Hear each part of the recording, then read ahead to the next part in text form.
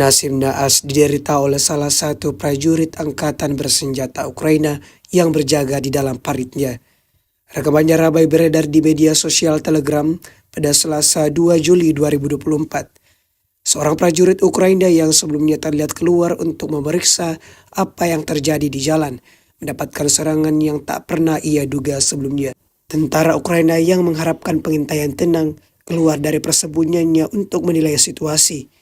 Namun rasa penasarannya berubah menjadi tragedi. Alih-alih melihat pemandangan seperti biasanya, dia malah melihat drone FPV mendekat yang langsung menjadi hal terakhir yang dia lihat. Ledakan dahsyat terjadi, tentara Ukraina tersebut seketika tumbang mengenaskan.